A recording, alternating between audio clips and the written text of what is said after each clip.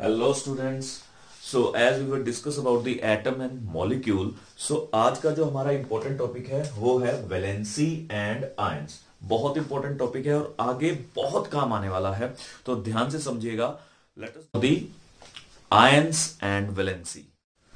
So students, target है ions को समझना।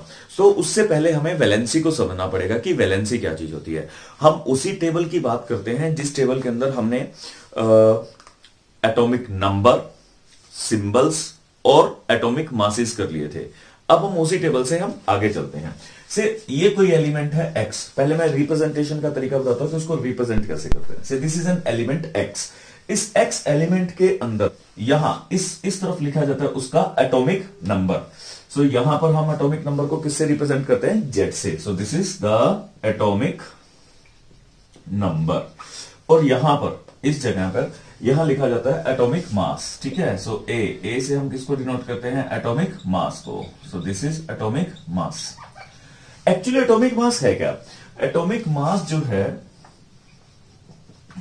Atomic mass is the sum of proton and neutron. अब ये प्रोटॉन और न्यूट्रॉन क्या है, पहले इसे समझ लेते हैं कि क्या है।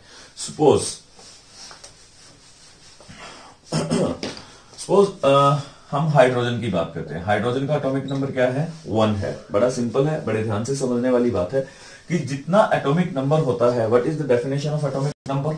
अभी तक हमने सिर्फ ये देखा है कि एटॉमिक नंबर होते हैं, पर एटॉमिक नंबर होते क्या है, उसकी डेफिनेशन क्या है कि एटॉमिक नंबर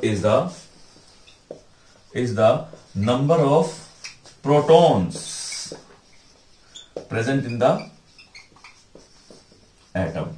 किसी भी एटम में कितने नंबर ऑफ प्रोटॉन हैं, वही उसका क्या हो जाएगा? Atomic number.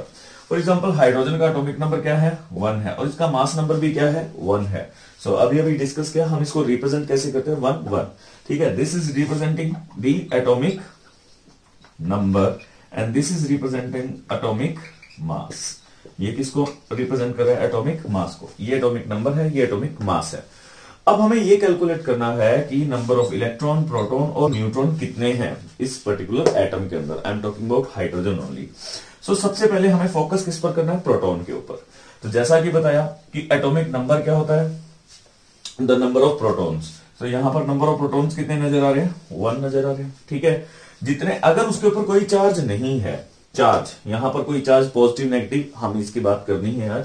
अगर इसके ऊपर कोई चार्ज नहीं है, तब हम इसको इलेक्ट्रॉन्स की संख्या भी एग्जैक्टली इक्वल होगी प्रोटॉन की, क्योंकि proton means positive charge and electron means negative charge. अगर ये न्यूट्रल है तो प्रोटॉन और इलेक्ट्रॉन्स की संख्या क्या होगी? सेम होगी। सो दैट इज ऑल्सो 1। अब नंबर ऑफ न्यूट्रॉन्स कैसे निकालते हैं? Atomic mass minus atomic number. This is the actually number of neutrons. ठीक है। तो इसे हम नंबर ऑफ न्यूट्रॉन्स बोलते हैं। सो यहां पर 1 में से 1 माइनस कीजिए आप, 1 माइनस 1, तो यहां पर नंबर ऑफ न्यूट्रॉन्स कितने आ गए? 0 आ गए। सो हाइड्रोजन अपने आप में एक ऐसी स्पीशीज है जिसके अंदर कोई भी न्यूट्रॉन्स प्रेजेंट नहीं होता। No neutrons are present in hydrogen. तो हाइड्रोजन के अंदर आप देख पा रहे हैं कि यहां पर आपको कोई भी न्यूट्रॉन्स नजर नहीं आ रहा। So this is the way we representing or calculate the number of proton, electron and neutron. So एक एक करके कुछ एक और डिस्कशन में लेते हैं जिससे पता चलता रहे कि हम और फर्दर कैसे इसको कैलकुलेट करते हैं। देखिए हम यहां पर स्पेशली बात कर रहे हैं, this is the for neutral atom number of proton will be equal to number of electron. Proton और इलेक्ट्रॉन की जो संख्या है, नंबर्स है, वो हमेशा सेम रहेंगे किसके अंदर? अगर वो क्या है? न्यूट्रल है, यानी कि उसके ऊपर कोई भी चार्ज नहीं है। इस चीज को बड़े ध्यान से समझना है। ठीक है। अभी बात करते हैं दूसरा हीलियम का। सेकंड कौन सा होगा? हीलियम, हाइड्रोजन के बाद। तो ऐसे लिखेंगे 2 and 4। 2 representing the atomic number and 4 representing the atomic mass. ये एटॉमिक नंबर को रिप्रेजेंट कर रहा है, ये एटॉमिक मास को रिप्रेजेंट कर रहा है। ठीक है।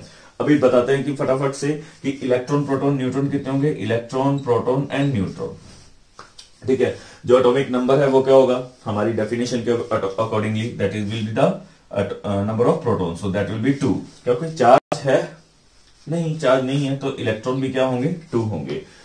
अभी बात करते हैं न्यूट्रॉन्स की।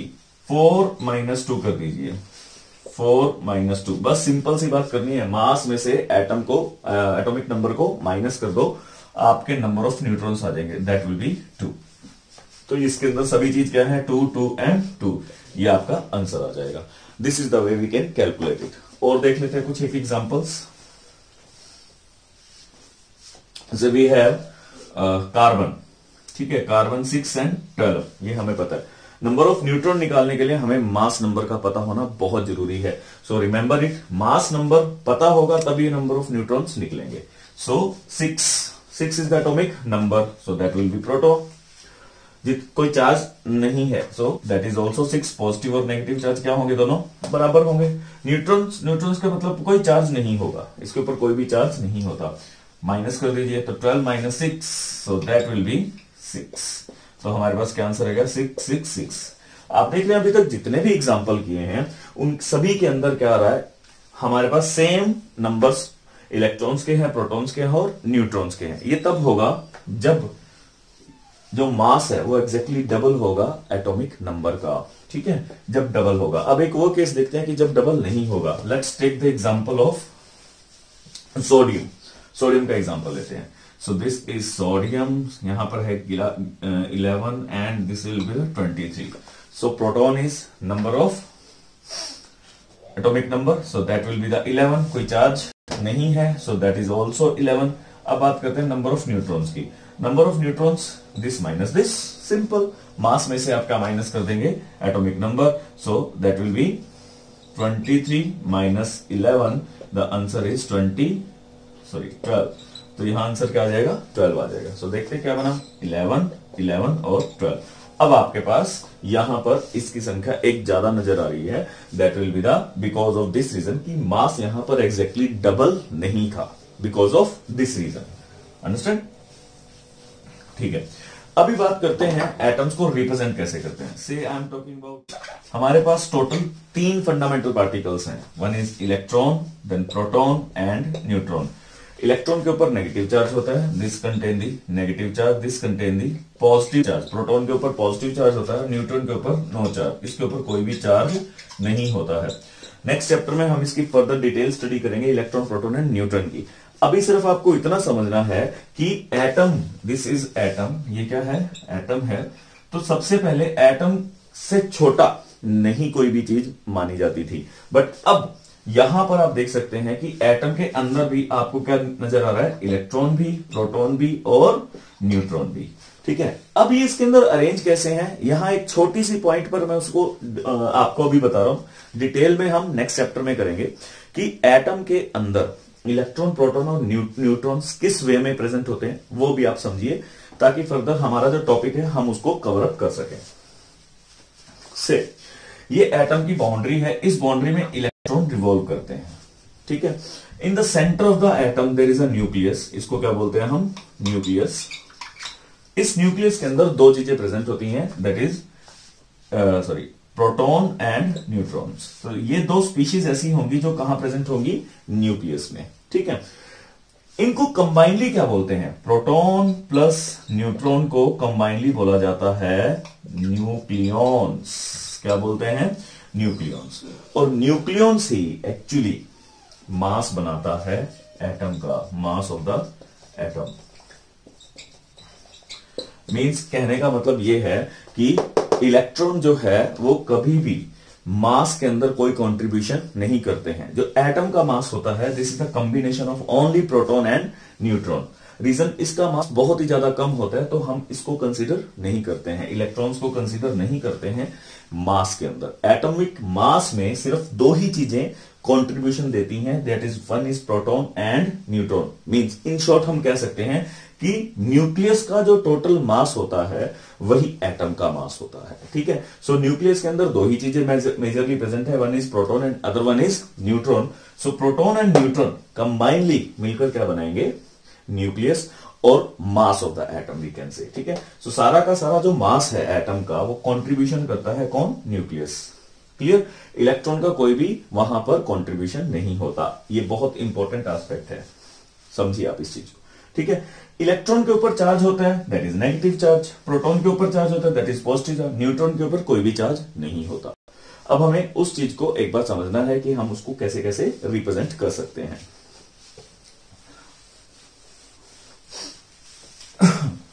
से वी हैव कार्बन। कार्बन का एटॉमिक नंबर क्या है? 6 है। तो अभी उसको यहां पर रिप्रेजेंट करते हैं कि कैसे होगा। Say this is the atom of the carbon, यहां पर ये न्यूक्लियस है। So this is proton and these are the neutrons, ठीक है? हमने देखा कि 6 + 6 यही होते हैं। 6 इसका एटॉमिक नंबर है, 12 इसका एटॉमिक मास है। तो एटॉमिक नंबर से प्रोटॉन प्लस न्यूट्रॉन क्या होगा? 12 - 6 कर देंगे, सो that will be the number of neutrons. और इलेक्ट्रॉन जो है वो इसके बाहर रिवॉल्व करते हैं। डिफरेंट डिफरेंट शेल्स होती हैं, बट फिलहाल के लिए आप इतना ही समझिए कि there are electrons which revolve around the nucleus, around the nucleus. ये क्या है? न्यूक्लियस है, और ये क्या है? इलेक्ट्रॉन्स है। So these revolve around the nucleus, electron के अराउंड रिवॉल्व कर रहे हैं, ठीक है? 1 2 3 4 5 6 इलेक्ट्रॉन दिखाए हैं। ऐसा शेल्स, डिफरेंट डिफरेंट शेल्स होती हैं, बट अभी के लिए आप इतना ही समझिए कि वो रिवॉल्व कर रहे हैं इसके चारों तरफ, ठीक है? तो number of proton 6, number of neutron 6, and number of electron will be also 6, are called ions. चार स्पीशीज को हम क्या कहते हैं? आयंस है। कौन सी चार स्पीशीज? एटम्स की चार स्पीशीज, ठीक है? यूजली अभी तक हमने जो एटम्स की बात की है, एटम्स जितने भी हमने एटम्स को डिस्कस किया है अभी तक, एटम्स को हमने क्या डिस्कस किया है? न्यूट्रल है। अगर किसी रीजन की वजह से यहां पर इसके ऊपर कोई चार्ज आ जाए, ठीक है, एटम कंटेन सम चार्ज, तो हम उसको क्या कहते हैं? Ions. We called it ions, ठीक है? हम उसे आयन कहते हैं। Ion can be of 2 types. Ion 2 types का हो सकता है, one is cation and second one is anion. एक कैटायन हो सकता है और दूसरा क्या हो सकता है? एनायन हो सकता है, ठीक है? अभी एक एक करके इसको डिस्कस करते हैं कि कैटायन और एनायन क्या चीज होती है। So cation, the positive charge species are called cation, और नेगेटिव चार्ज स्पीशीज को हम क्या बोलते हैं? एनायन। याद रखना बहुत ही आसान है, इसके अंदर ऐसा कुछ नहीं है। So this is anion. मैंने यहां एनायन की डेफिनेशन लिखी, सॉरी स्पेलिंग लिखी। So an means negative ion. Negative ion is called anion. तो कैटायन क्या हो जाएगा? नेचुरली पॉजिटिव हो जाएगा, ठीक है? सो अब फिर से बात सारी की सारी देखते हैं कि आयंस क्या चीज होते हैं। आयंस होते हैं the charge species are considered to be as ion. जिसके ऊपर चार्ज होगा वो डिस्कस करते हैं कि चार्ज कैसे आएगा, उसके ऊपर भी बात करेंगे। बट बात को समझिए कि आयंस क्या चीज है। मैं किसे आयन बोलूंगा? जिस भी स्पीशीज के ऊपर, एटॉमिक स्पीशीज, जिस भी एटॉमिक स्पीशीज के ऊपर आप चार्ज देखेंगे तो वो न्यूट्रल एटम नहीं होगा, वो क्या बन जाएगा? आयन बन जाएगा। अब आयन के 2 टाइप्स होते हैं, वन इज कैटायन और दूसरा क्या होता है? एनायंस। यदि उसके ऊपर पॉजिटिव चार्ज आया तो इट विल बी कैटायन, यदि उसके ऊपर नेगेटिव चार्ज आया तो it will B anion. So anion याद रखने के लिए थोड़ा सा ये यहां पर सिंबलाइज्ड है। एनायन की डेफिनेशन है ANION। तो a negative ion, so that will be the ion. इसको हम आयंस बोलते हैं। अब बात करते हैं कि चार्ज आता क्यों है और किस वजह से हम उसे कंसीडर करते हैं, ठीक है? Let us discuss it. यहां पर एक चीज ध्यान में रखनी है, that is the every atom wants to complete its octet. What is octet? अब एक चीज में इसको डिफाइन करते हैं कि ये चीज क्या है। देखिए, हर एटम चाहता है कि उसके आउटरमोस्ट शेल में, ठीक है, अब उससे पहले हमें शेल भी देखनी है कि शेल क्या होगी।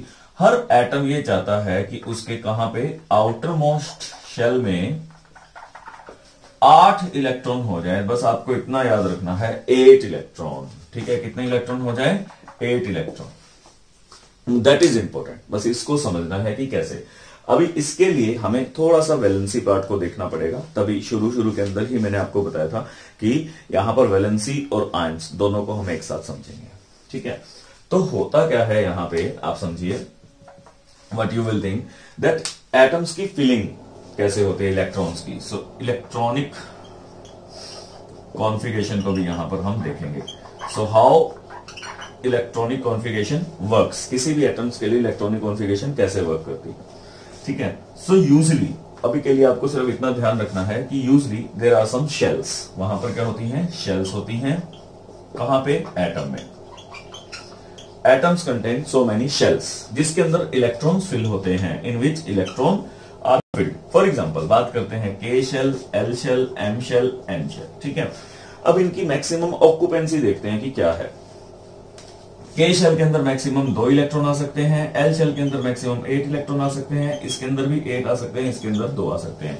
सो this is the maximum occupancy of the shell, किसी भी एटम के अंदर की इलेक्ट्रॉन को कितना ऑक्यूपाई कर सकते हैं। यहां पर आप इसको एज ए घर समझ सकते हैं, दे आर द हाउसेस, और इस हाउस के अंदर केवल 2 लोगों की अकोमोडेशन है, इस हाउस के अंदर 8 लोग की अकोमोडेशन है, इस हाउस के अंदर भी 8 लोग की अकोमोडेशन है, और यहां पर 2 लोगों की अकोमोडेशन है। अब यहां पर लोग तो नहीं है, तो क्या है, इलेक्ट्रॉन्स है, तो हमने किसको ऑक्यूपाई करवाना है, इलेक्ट्रॉन्स को ऑक्यूपाई करवाना है, ठीक है। फिर से देखते हैं एक बार सारी की सारी चीज। Every atom wants to complete its octet, हर एटम चाहता है कि उसका ऑक्टेट कंप्लीट हो जाए। ऑक्टेट से मतलब उसके आउटर मोस्ट शेल के अंदर 8 इलेक्ट्रॉन हो जाए। अभी आउटर मोस्ट शेल क्या है उसे भी देखते हैं कि क्या है, एक एक करके एग्जांपल से समझने की कोशिश करते हैं, ठीक है। चलिए, फॉर एग्जांपल हाइड्रोजन है, हाइड्रोजन के पास नंबर ऑफ इलेक्ट्रॉन कितने हैं, अभी अभी हमने कैलकुलेट किया था, दैट विल बी 1। हमें सिर्फ अब इलेक्ट्रॉन पर फोकस करना है। अब इसकी फिलिंग देखते हैं, के एल एम एन। के अंदर मैक्सिमम 2, एल के अंदर 8, एम के अंदर 8 और इसके अंदर 2, ठीक है। ये this is called magic number, ये अभी फर्दर डिटेल में आएगा, अभी के लिए आप इतना ही समझिए कि 2882 this is the magic number, 2882। एक इलेक्ट्रॉन फिल करना है तो एक ही शेल लगेगी। सो लाइक दिस इज हाइड्रोजन, यहां पर एक प्रोटॉन है तो प्रोटॉन को हम पॉजिटिव चार्ज से डिनोट कर देंगे, और this is the first shell. K shell में ही एक इलेक्ट्रॉन आ जाएगा, क्योंकि इसकी मैक्सिमम ऑक्यूपेंसी कितनी है, 2 की। सो यहां पर एक इलेक्ट्रॉन बहुत इजीली आ जाएगा, सो दैट विल बी 1, ठीक है। अभी दूसरी तरफ बात करते हैं किसकी, हीलियम की। सो हीलियम का एटॉमिक नंबर 2 है, न्यूट्रल का, तो यहां पर इलेक्ट्रॉन्स भी कितने होंगे, 2 होंगे। सो के अंदर मैक्सिमम कितने इलेक्ट्रॉन आ सकते हैं, 2 आ सकते हैं, तो के अंदर फिल कर दिए। रिप्रेजेंट कैसे करेंगे, that will be the representation. So this is +2 number of protons, क्योंकि 2 ही प्रोटॉन है और 2 ही इलेक्ट्रॉन है, 1 electron 2 electron, this is the के शेल, ठीक है। के शेल के अंदर 2 इलेक्ट्रॉन हमने फिल कर दिए। So like this we can do it, okay. उसके बाद बात करते हैं लिथियम की। So this is lithium, atomic number 3 है। अब 3 इलेक्ट्रॉन हो गए, 3 इलेक्ट्रॉन कैसे फिल करेंगे, इसमें तो मैक्सिमम कितने आ सकते हैं, 2 ही आ सकते हैं, तो मतलब 1 इलेक्ट्रॉन अगली शेल में फिल होगा। सो लाइक दिस इज +3, ये first shell, this is K, and this is the second shell, this is L. So 2 electron यहां पर रखे और 1 इलेक्ट्रॉन यहां पर रखा, तो टोटल 1 2 3 हो गए, क्योंकि इसकी के शेल की मैक्सिमम ऑक्यूपेंसी कितनी है, 2 की है, ये 2 से ज्यादा एकोमोडेट नहीं कर पाएगा, तो नेक्स्ट फर्दर उसको शिफ्ट करना पड़ेगा इलेक्ट्रॉन को यहां पे। So this will be the L shell, K L. आप कहेंगे कि एम शेल नहीं हो सकती, एम शेल भी हो सकती है। So this is the M shell, ये आपकी एम शेल हो गई, पर एम शेल के अंदर अभी इलेक्ट्रॉन एंटर नहीं करेगा। कब तक एंटर नहीं करेगा, जब तक एल फुल नहीं हो जाएगा, और एल की जो फुल होने की टेंडेंसी कब तक चलेगी, जब तक 8 इलेक्ट्रॉन एल में नहीं आ जाते, ठीक है। 2 इलेक्ट्रॉन के में भरे जाएंगे, फिर एल में भरे जाएंगे, दैट इज 8 इलेक्ट्रॉन। तो इस तरीके से वो चलता है। बस डायग्राम को बना रहने देते हैं, फिर उसके बाद समझते हैं। तीसरा बेरिलियम, बेरिलियम का एटॉमिक नंबर कितना है, 4 है, तो के में 2 जाएंगे, सो दिस इज 1 2, और एल में कितने हो जाएंगे, अब भी इसके अंदर भी 2 हो जाएंगे, ठीक है। सो यहां पर यदि हम देखें, इसको रब करना ही पड़ेगा, यहां पर यदि हम देखें तो how we can represent it. For lithium it will be 2 and 1, for beryllium it will be 2, अब 2 हो गए, ठीक है। मैक्सिमम ऑक्यूपेंसी 2 की, के की 2 फिल हो गई, और जो एल शेल में आएंगे वो कितने आएंगे, 2 रहेंगे फॉर बेरिलियम, क्योंकि टोटल नंबर ऑफ इलेक्ट्रॉन कितने हैं, 4 है। तो रिप्रेजेंटेशन अभी अभी आपको दिखाया, that will B +4, that is K and that is L. के में कितने आए, 2 आए, एल में कितने आए, 2 आए, लाइक दिस, ठीक है। अभी बात करते हैं बोरोन की। बोरोन का कितना है, 5 है, सो दैट विल बी 2 and 3, कितना हो जाएगा, 2 and 3, टोटल 5 हो गए। तो 2 K में भरे जाएंगे और यहां पर कितना आ जाएगा, +5 का चार्ज आ जाएगा। +5 का चार्ज इसलिए बोल रहा हूं क्योंकि नंबर ऑफ इलेक्ट्रॉन और प्रोटॉन सेम रहेंगे, क्योंकि वो चार्ज स्पीशीज नहीं है। This is not the charge species, याद रखिए। यहां तक पहुंचने के लिए हमें इसके बारे में थोड़ी सी जानकारी चाहिए, ठीक है। सो L में कितने आ गए, 3 आ गए। सो 2 3। अब ये कब तक फिल होता रहेगा, तब तक फिल होता रहेगा जब तक यहां पर 8 इलेक्ट्रॉन कंप्लीट नहीं हो जाते, ठीक है। कार्बन की बात करते हैं, कार्बन है 6, तो ये क्या हो जाएगा 2 and 4, तो 1 2 K में आ गए और 4 के L में कितने आएंगे, 4। सो this will be the carbon, ये कार्बन का केस होगा, ठीक है। अभी मैं डायरेक्ट एक बीच में से एग्जांपल उठा रहा हूं, उसको आप मुझे बताइए कि कैसा होगा। से आई एम टॉकिंग अबाउट सोडियम, हम सोडियम की बात करते हैं। सोडियम की फीलिंग देखते हैं। सोडियम के नंबर ऑफ इलेक्ट्रॉन कितने हैं, 11, कोई चार्ज नहीं है, तो कितने रह गए, 11 रह गए, ठीक है। अभी देखिए कि सोडियम के ऊपर हमें इस चीज को लगाना है, तो सोडियम 2 तो इसमें फिल हो गए, कितने बच गए, द रेस्ट इज 9, 8 इसमें आ गए और 1 कहा जाएगा, M में जाएगा। टोटल कितनी शेल्स फिल होंगी, 3 शेल फिल होंगी, क्योंकि नंबर ऑफ इलेक्ट्रॉन कितने हैं, 11 है। लाइक दिस, यहां पर positive 11, this is the nucleus, first shell, second shell and third shell. So this is the K shell, this is the L shell, this is M shell, ठीक है। सो 2 यहां पे K में, 1 2 3 4 5 6 7 8 L में, और 1 कहां जाएगा, M में। 3 शेल्स का 1 M में जाएगा, क्लियर। अभी यहां पर इसी तरीके से अप टू 20 हम सभी के सभी एलिमेंट्स को यहां पर फिलिंग दिखा सकते हैं। बहुत जरूरी है ये फिलिंग को दिखाना। अब देखते हैं कि सोडियम का छोटा सा केस को फिर से कंसीडर करते हैं, फिर आपको बताता हूं कि क्या है यहां पर जो चीज लिखी हुई है वो आपको समझ में आएगी कि every atom wants to complete its octet. हर एटम चाहता है कि वो अपना क्या कंप्लीट कर ले, ऑक्टेट कंप्लीट कर ले। सो ऑक्टेट का मतलब है outermost shell. Outermost shell, this is the, यहां पर इसकी आउटर मोस्ट शेल क्या रहेगी, M रहेगी। देखते हैं सोडियम के 11 है तो 2 8 और यहां क्या आएगा, 1 आएगा। तो outermost shell is M, जो आउटर में रहती है, ठीक है। So this is the K shell, this is the L shell and this is the M shell.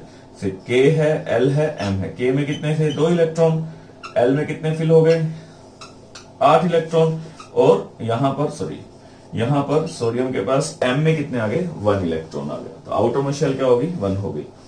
ये चाहता है कि इसके आउटर मोस्ट शेल में कितने इलेक्ट्रॉन हो जाएं, 8 इलेक्ट्रॉन हो जाएं। कितने हो जाएं, 8 इलेक्ट्रॉन है, कितने, 1 है।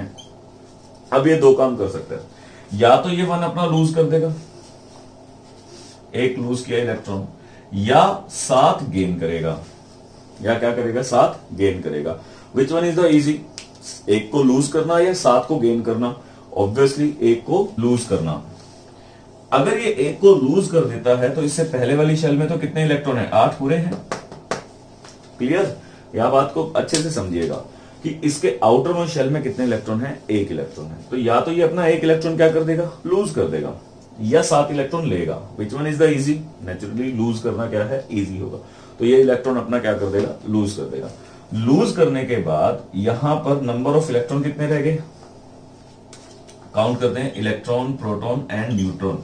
न्यूट्रल में नंबर ऑफ प्रोटॉन कितने हैं, 11 है, इलेक्ट्रॉन कितने, 11 है, ये कितने हैं, 12 है। अभी न्यूट्रॉन की जरूरत नहीं है, हमें सिर्फ प्रोटॉन और इलेक्ट्रॉन को ही कंसीडर करना है। तो अब इसी चीज को देखते हैं। अगर इसने 1 इलेक्ट्रॉन अपना लूज कर दिया तो दैट विल बी द -1। अब कितने रह गए, 10, और ये कितने रह गए, प्रोटॉन कितने रह गए, 11। क्या 1 प्रोटॉन फालतू है, देखिए ध्यान से। लूज करने के बाद 1 प्रोटॉन फालतू है। 1 प्रोटॉन जो एक्स्ट्रा है उसके कारण इसके ऊपर चार्ज क्या दिखाई देगा, पॉजिटिव। बात समझे या नहीं, ठीक है, पॉजिटिव दिखाई देगा। पॉजिटिव किस लिए दिखाई देगा, क्योंकि देखिए 10 नेगेटिव में है और 11 पॉजिटिव में है। तो जब दोनों जुड़ेंगे तो अल्टीमेटली वहां पर एक चार्ज ऊपर से रिफ्लेक्ट कर रहा होगा।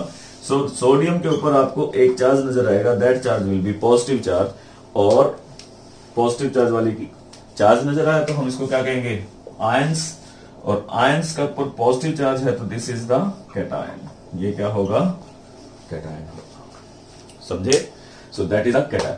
हमें सारों की अभी वैलेंसी निकालनी है, हम सबकी वैलेंसी अभी निकाल कर दिखाएंगे, ठीक है। वैलेंसी के ऊपर वैसे चार्ज नहीं आता है, ठीक है, हमें चार्ज को नहीं दिखाना, बट अगर उसके ऊपर चार्ज को रिप्रेजेंट करते हैं तो हमेशा ही उसको क्या बोला जाएगा, आयन। पॉजिटिव है तो कैटायन, नेगेटिव है तो एनायन होगा। क्लियर? सो अब इस टेबल से हम सारे के सारे जितने भी हमारे पास शेल्स के अंदर इलेक्ट्रॉन्स की फिलिंग है वो देखते हैं, और फिर देखते हैं कि कितने इलेक्ट्रॉन वो लूज करेगा और कितने इलेक्ट्रॉन गेन करेगा। ठीक है, बिकॉज ऑफ कंप्लीशन। किसके लिए लूज करना और किसके लिए गेन करना? For complete its octet. यहां पर एक और चीज है, ऑक्टेट के साथ साथ वो कभी कभी अपना डुप्लेट भी कंप्लीट करता है, हम उसको भी कंसीडर करेंगे। नाउ सी, इसके अंदर मैक्सिमम ऑक्यूपेंसी 2 है, एल के अंदर मैक्सिमम ऑक्यूपेंसी 8 है, एम के अंदर 8 है और एन के अंदर 2 है। ठीक है, हमें उस तरीके से फिल करना है। इसका एटॉमिक नंबर क्या है? 1 है, तो इलेक्ट्रॉन्स भी कितने हैं? 1 है। ठीक है, इट हैज 1 इलेक्ट्रॉन, तो यहां पर 1 जाएगा। हीलियम का कितना है? 2 है, तो 2 और 0 बस 2 हो गया। फिर 3 है तो 2 और 1 होगा, 4 है तो 2 और 2 होगा, 5 है तो 2 और 3 होगा, 6 है तो 2 और 4 होगा, 7 है तो 2 और 5 होगा, 8 है तो 2 और 6 होगा, और 9 है तो 2 और 7 होगा, और नियोन का थोड़ा सा ध्यान रखना है, 10 है तो 2 और 8 होगा। सो this will be the shells. जो हम बात कर सकते हैं कि जो शेल्स की फिलिंग है वो इस तरीके से होगी। हाइड्रोजन के लिए के में सिर्फ 1 इलेक्ट्रॉन होगा, हीलियम के लिए के में 2 इलेक्ट्रॉन हो जाएंगे क्योंकि मैक्सिमम ऑक्यूपेंसी 2 है। अभी देखते हैं कि अपने ऑक्टेट को कंप्लीट करने के लिए वो क्या करेगा। मैं इन 2 एलिमेंट्स को राउंड अप कर रहा हूं, नियोन एंड हीलियम को। अभी बताता हूं कि क्यों राउंड अप कर रहा हूं। सो यहां पर बात करते हैं नंबर ऑफ इलेक्ट्रॉन लूज और गेन। देखिए, ये इसके आउटर मोस्ट शेल में 1 इलेक्ट्रॉन है, मैक्सिमम कितने आ सकते हैं? 2 आ सकते हैं। ये चाहता है कि अपने इलेक्ट्रॉन्स इस शेल के या तो कंप्लीट कर ले या खत्म ही हो जाए। देखो, अगर एक लूज कर देगा, यहां पर रहा हाइड्रोजन और ये रहा +1। अब आप बताएंगे कि चार्ज कितना आएगा? इलेक्ट्रॉन है। क्लियर? ये एक न्यूट्रल हाइड्रोजन का एटम है। के में कितने आ सकते हैं? मैक्सिमम 2 आ सकते हैं। दिस इज द के शेल। के में मैक्सिमम कितने आ सकते हैं? 2 इलेक्ट्रॉन आ सकते हैं। तो या तो ये अपना इलेक्ट्रॉन लूज कर देगा, क्योंकि लूज इसलिए करेगा क्योंकि ये चाहता है कि या तो इसमें जितने आ सकते हैं उतने आ जाए या एक भी ना हो। सो 1 इलेक्ट्रॉन जब लूज कर देगा, सोच के देखिए, जब 1 इलेक्ट्रॉन लूज कर दिया, अब नेगेटिव और पॉजिटिव चार्ज बराबर है, इलेक्ट्रॉन भी 1 है, प्रोटॉन भी 1 है, कोई चार्ज नहीं है। तो मैं यहां पर लिख देता हूं, proton electron is 1 and proton is also 1। ये नेगेटिव है, ये पॉजिटिव है, अल्टीमेटली द चार्ज इज 0। अब बात को समझिएगा बड़े ध्यान से। अगर ये अपना 1 इलेक्ट्रॉन लूज कर देगा तो नेगेटिव चार्ज कितना हो जाएगा? कम हो जाएगा। सो that will B 0, that will B 1। तो कितना चार्ज आएगा? +1 का। अगर ये इलेक्ट्रॉन कहीं से लेता है, ठीक है, सो 1 इलेक्ट्रॉन ऑलरेडी है, अब कितने इलेक्ट्रॉन हो जाएंगे? 2 इलेक्ट्रॉन हो जाएंगे, तो 2 नेगेटिव +1, तो अल्टीमेटली चार्ज कितना आएगा? -1। के शेल यूटिलाइज हुई, और के शेल में कितने इलेक्ट्रॉन अवेलेबल है? 2 के 2 अवेलेबल है, तो ना तो ये लूज करेगा ना ही ये गेन करेगा। So that is the case of the helium. Lithium के आउटरमोस्ट शेल में, this is now outermost shell. अब एल शेल जो होगी वो क्या होगी? आउटरमोस्ट शेल होगी। आउटरमोस्ट शेल में कितने रखे हुए हैं इलेक्ट्रॉन? 1। सो अब देखिए, ये या तो 1 इलेक्ट्रॉन लूज कर दे क्योंकि ये शेल तो कंप्लीट है, या 7 इलेक्ट्रॉन ले क्योंकि यहां पर 8 इलेक्ट्रॉन कंप्लीट करने हैं। अब सोचिए कि यदि 1 इलेक्ट्रॉन लूज करता है तो चार्ज क्या आएगा? +1, और अगर 7 इलेक्ट्रॉन लेता है तो चार्ज क्या आएगा? -7। 7 इलेक्ट्रॉन लेने आसान नहीं है। आसान क्या होगा? 1 इलेक्ट्रॉन को लूज करना। सो वैलेंसी क्या होगी? 1 होगी, और लूज कर रहा है तो लूज करने पर यहां पर चार्ज क्या आएगा? +1 आएगा। यहां पर सेम वे में इसके आउटरमोस्ट शेल में 2 इलेक्ट्रॉन है, तो ये 2 इलेक्ट्रॉन क्या कर देगा? लूज कर देगा। 2 इलेक्ट्रॉन लूज करने आसान है या 6 लेने? नेचुरली 2 लूज करने आसान है। सो चार्ज क्या आएगा यहाँ पे? +2। यहां पर सेम वे में +3 और -5। Which one is the easy? Naturally 3 lose करना आसान है, तो चार्ज क्या आ जाएगा? +3। सो आप देख सकते हैं +1 चार्ज है तो ये क्या होगा? कैटायन होगा। ये क्या होगा? कैटायन होगा। ये क्या होगा? कैटायन होगा। सेम वे में यहां पर कार्बन के केस देखिए। कार्बन का थोड़ा सा इंपॉर्टेंट केस है, थोड़ा सा ध्यान से समझिएगा कि कार्बन के केस में क्या होगा। कार्बन के आउटरमोस्ट शेल में कितने इलेक्ट्रॉन नजर आ रहे हैं? 4 नजर आ रहे हैं। 4 का मतलब है 4 लूज भी कर सकता है, 4 गेन भी कर सकता है। यदि 4 लूज करेगा तो चार्ज क्या होगा? +4, और 4 अगर गेन करेगा तो चार्ज क्या होगा? -4।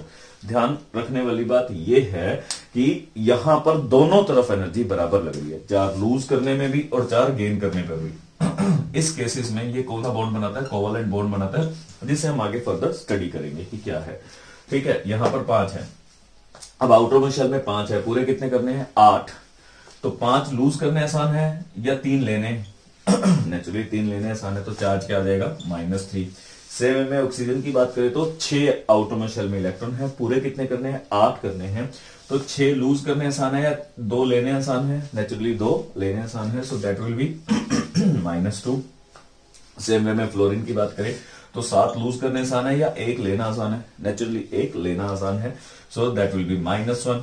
अब यहां पर नियोन का केस देखिए, इधर 2 है और इधर 8 है, जितने होने चाहिए थे उतने कंप्लीट हैं, यानी कि ये शेल भी कंप्लीट है और ये शेल भी कंप्लीट है, तो इस पर्टिकुलर केसेस में चार्ज क्या आएगा 0 आएगा।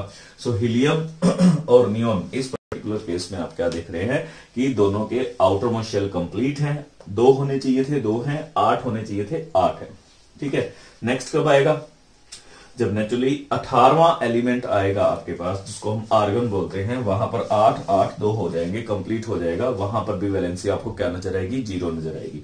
सो this is what, this is anion, क्योंकि नेगेटिव चार्ज है, ये क्या है एनायन, नेगेटिव चार्ज है, ये क्या है एनायन, नेगेटिव चार्ज है, ठीक है। So by this way we can calculate the valency और चार्ज, वी कैन से यहां पर हम चार्ज को कैलकुलेट कर सकते हैं। आपका ये टास्क है, आपने फ्रॉम 11 to 20 जितने भी एलिमेंट्स हैं उन सब का ये चार्ट बनाना है, चार्ट बनाकर उनकी वैलेंसी को डिफाइन करना है। वैलेंसी के आगे चार्ज नहीं लगता है, इसको हम एक स्पेशल नाम देते हैं, that is called the coordination number, sorry oxidation state, इसको हम ऑक्सीडेशन स्टेट बोलते हैं। सो ऑक्सीडेशन स्टेट के अंदर हम इस चीज को डिफाइन करते हैं जब चार्ज लगाते हैं, जब चार्ज नहीं लगाते तो वो वैलेंसी बनता है।